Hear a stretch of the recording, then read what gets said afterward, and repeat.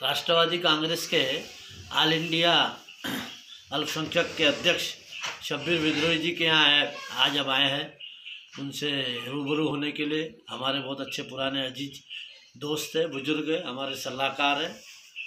उनके बारे में राष्ट्रवादी कांग्रेस पार्टी की नागपुर में क्या पोजीशन है, अभी चुनाव हुए भंडारा गोंदिया में, उसमें उनकी पार्टी की क्या पोजीशन रही, हिंगना में, कुही में हुए, उनके बारे में उनसे डिस्कशन, उनसे चर्चा करना है। शब्बीर जी बताइए।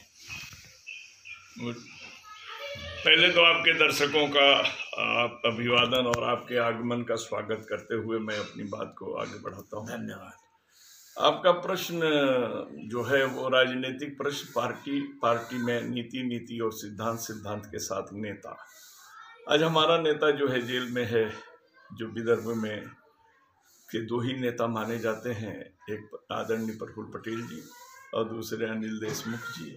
फिर बाद में हमारे रमेश बंग जी अपने क्षेत्र के लिए, जिला के लिए, अपनी बिरादरी के लिए जो भी हो।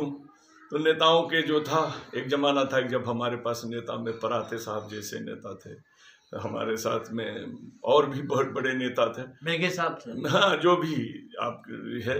तो स्थितियों को देखकर, परिस्थितियों को देखकर बहुत कुछ कहा जा सकता था। अगर ये सब चीज़ों में समन्वय रहा होता तो आज हम यहाँ एक नंबर की पार्टी होते, दूसरी कोई पार्टी होती नहीं।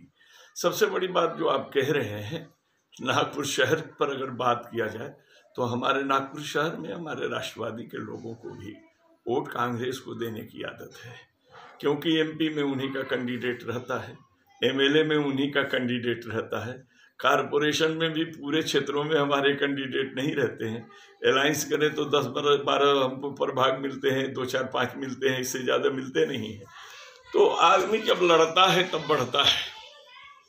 पार्टी के बढ़ाने के 4 तरीके होते हैं। एक तो चुनाव लड़ करके कार्यकर्ता को पैदा करके क्षेत्र में जा करके नेता के द्वारा, नीति के द्वारा पार्टी बढ़ती है। दूसरा संपर्क के द्वारा बढ़ती है। आदमी से हम जितना संपर्क करें, संवाद करें, संघर्ष करें, समस्या का निदान करें, तब जा करके पार्टी बढ़ती है। तीसरा, पार्टी के सत्ता में आकर के बढ़ती है। और चौथी, अगर कोई पार्टियां गलत काम कर जाती हैं तो जनता उससे रुष्ट होकर के किसी न किसी पार्टी से जुड़ती है और उसके बाद में पार्टियां बढ़ती हैं। हमारे यहाँ जो चुनाव आपने देखा, रिजल्ट मिश्रित था।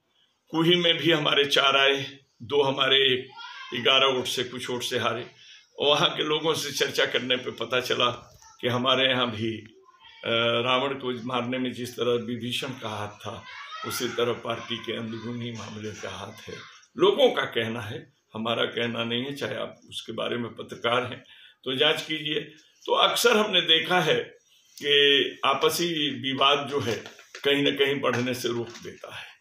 अगर हम गोंदिया की और वहाँ की बात करूँ तो आदरणीय प्रफुल्ल पटेल जी ने जितनी मेहनत की थी और जितनी सारी चीज़ें की है, न जाने कौन सा कारण है। नहीं तो उनके व्यवहार भी अच्छे हैं, जनता से लगाव भी अच्छे हैं, जनता के बीच उनके कार्य भी अच्छे हैं।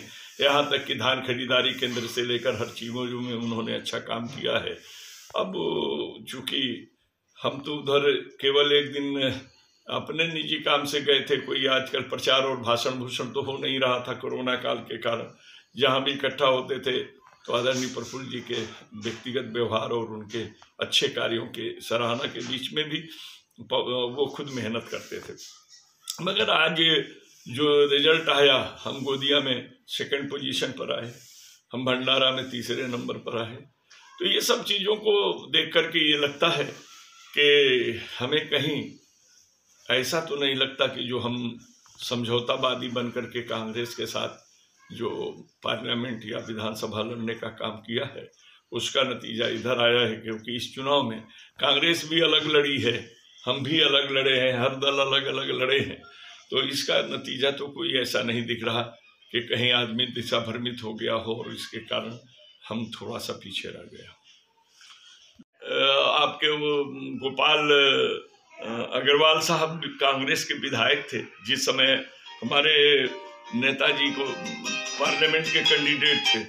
तो उनके बीच में भी जब ये सब बातें चलती रही तो आज मैं एक बात आपसे साफ कह दूं कि हम दूसरे पर उंगली उठाने से ज़्यादा हम अपने बारे में सोचते हैं।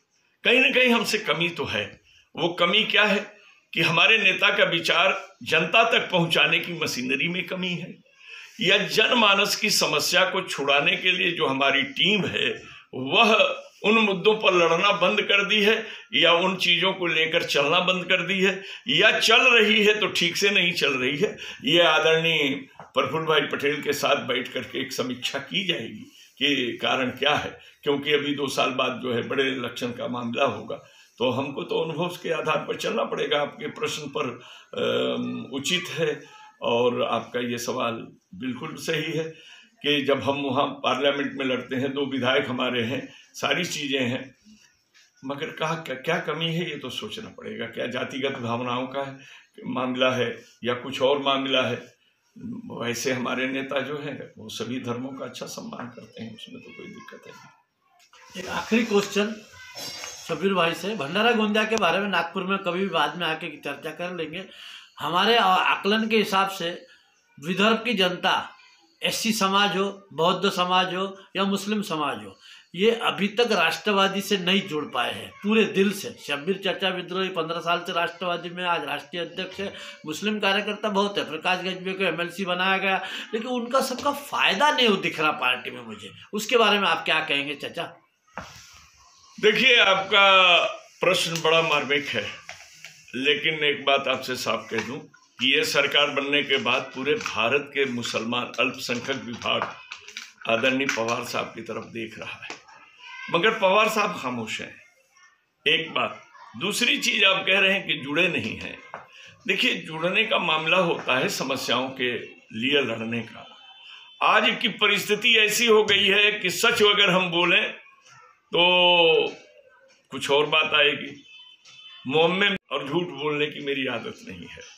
सच्चाई यह है कि कोई भी बिरादरी खुद संगठित नहीं है तो दूसरे संगठन में कहा जाए। लेकिन मुसलमान के पास 2 विकल्प बचे हुए हैं, आज तीसरा विकल्प पैदा हो रहा है। हमारी बात करने वाला कौन है? इसलिए आज का नौजवान देखता है कि हमारे आरक्षण के मुद्दे पर आज कुछ नहीं हुआ, हमारी जुबान के मुद्दे पर आज कुछ नहीं हुआ, हमारी बेरोजगारी दूर करने के मुद्दे पर आज कुछ नहीं हुआ। पहले हमारी ही सरकार थी, 2014 से पहले हमारे को आरक्षण के 5% की बात कही थी। हाई कोर्ट के फैसले के बावजूद कुछ नहीं हुआ। इन मुद्दों को उठाकर फेंक करके एमआईएम जो है नौजवानों में एक अलग ढंग का जोश पैदा कर रही है। दूसरा, हम व्यक्तिगत झगड़ों में उलझे रहते हैं, उसका नतीजा ये है कि एक उधर जाता है, एक इधर जाता है। वरना वैसे राष्ट्रवादी कांग्रेस पार्टी के साथ मुसलमान जुड़ रहे हैं, जोड़ने में हम कहीं ना कहीं कम हैं। जुड़ने के लिए वो तैयार बैठे हैं, जोड़ने में हम कहीं ना कहीं कम हैं। कहाँ कम है, ये हमारे आपसी उसके मुद्दे हैं। क्या नाम है कि हिंगना का भी मामला था, हिंगना में हम गए थे, हम बंग साहब ने भी बड़ी मेहनत की थी।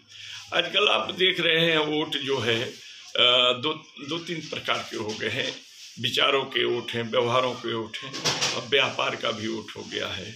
और आजकल उस सब चीज़ों को देखेंगे तो मैं जहाँ तक देखा कि घोड़मारे साहब और हमारे बंग साहब और बाकी लोगों की मेहनतों को भी मैंने देखा, और ये भी मैंने देखा कि आखिरी दिन के जो चीज़ें चल रही हैं उसमें कहीं ना कहीं हम कमज़ोर दिखाई दिए, क्योंकि पैसा बांटने की चीज़ अपने पास नहीं है। और दूसरी चीज़ ये है कि सत्ता में हम हैं, मगर लोगों के बीच ऐसा नहीं दिखाई देता है कि हम सत्ता में हैं, जिसका भी नतीजे का असर आता है। चचा ने बहुत, शब्बीर चचा ने बहुत तजुर्बेकार से बात की है, बहुत बेबाकी से बात की है, क्योंकि उनके 2-3 बात से मैं सहमत नहीं हूँ चचा से। सत्ता में तो राष्ट्रवादी कांग्रेस पार्टी जब से 99 से फार्मी तब से सत्ता में थी, बीच में 4 साल 5 साल सत्ता में नहीं थी। पर आप बोले भंडारा गोंदिया में लोकसभा में राष्ट्रवादी कांग्रेस लड़ती है। नागपुर का मैं मान सकता, ग्रामीण का मान सकता, भंडारा गोंदिया में लोकसभा में राष्ट्रवादी कांग्रेस पार्टी का अभी मधुकर कुकड़े खासदार थे। उसके बाद फिर अभी जो फिर से चुनाव हुआ 2019 में, तब बहुत कम वोटों से हारा। भंडारा में 2 सीटें राष्ट्रवादी की आमदार की है। फिर भी गोंदिया में भी तीसरे नंबर पे, भंडारा में भी तीसरे नंबर पे। उसका मेन कारण क्या है चचा, आप हमको बताइए। देखिए, आप मेरी बातों से सहमत। मैंने विदर्भ की परिस्थितियों के बीच में मैंने आपके बीच में बात रखा। हमारे नेता जो हैं, आपसे इससे पहले भी कहा कि प्रफुल्ल पटेल जी के व्यवहार बड़े अच्छे हैं, लोगों के बीच कार्य बहुत अच्छे हैं। अब रह गया कि सर तक बात जाती है कई जगह से, उनके बीच जो कार्यकर्ता जुड़े हैं वो कैसे हैं, क्या हैं, इनका आलोकन हमारे पास नहीं है। हमने देखा राजेंद्र जैन के भी कार्य अच्छे हैं, वो एमएलसी रहे लोगों। आपका ये प्रश्न सही है कि वहाँ राष्ट्रवादी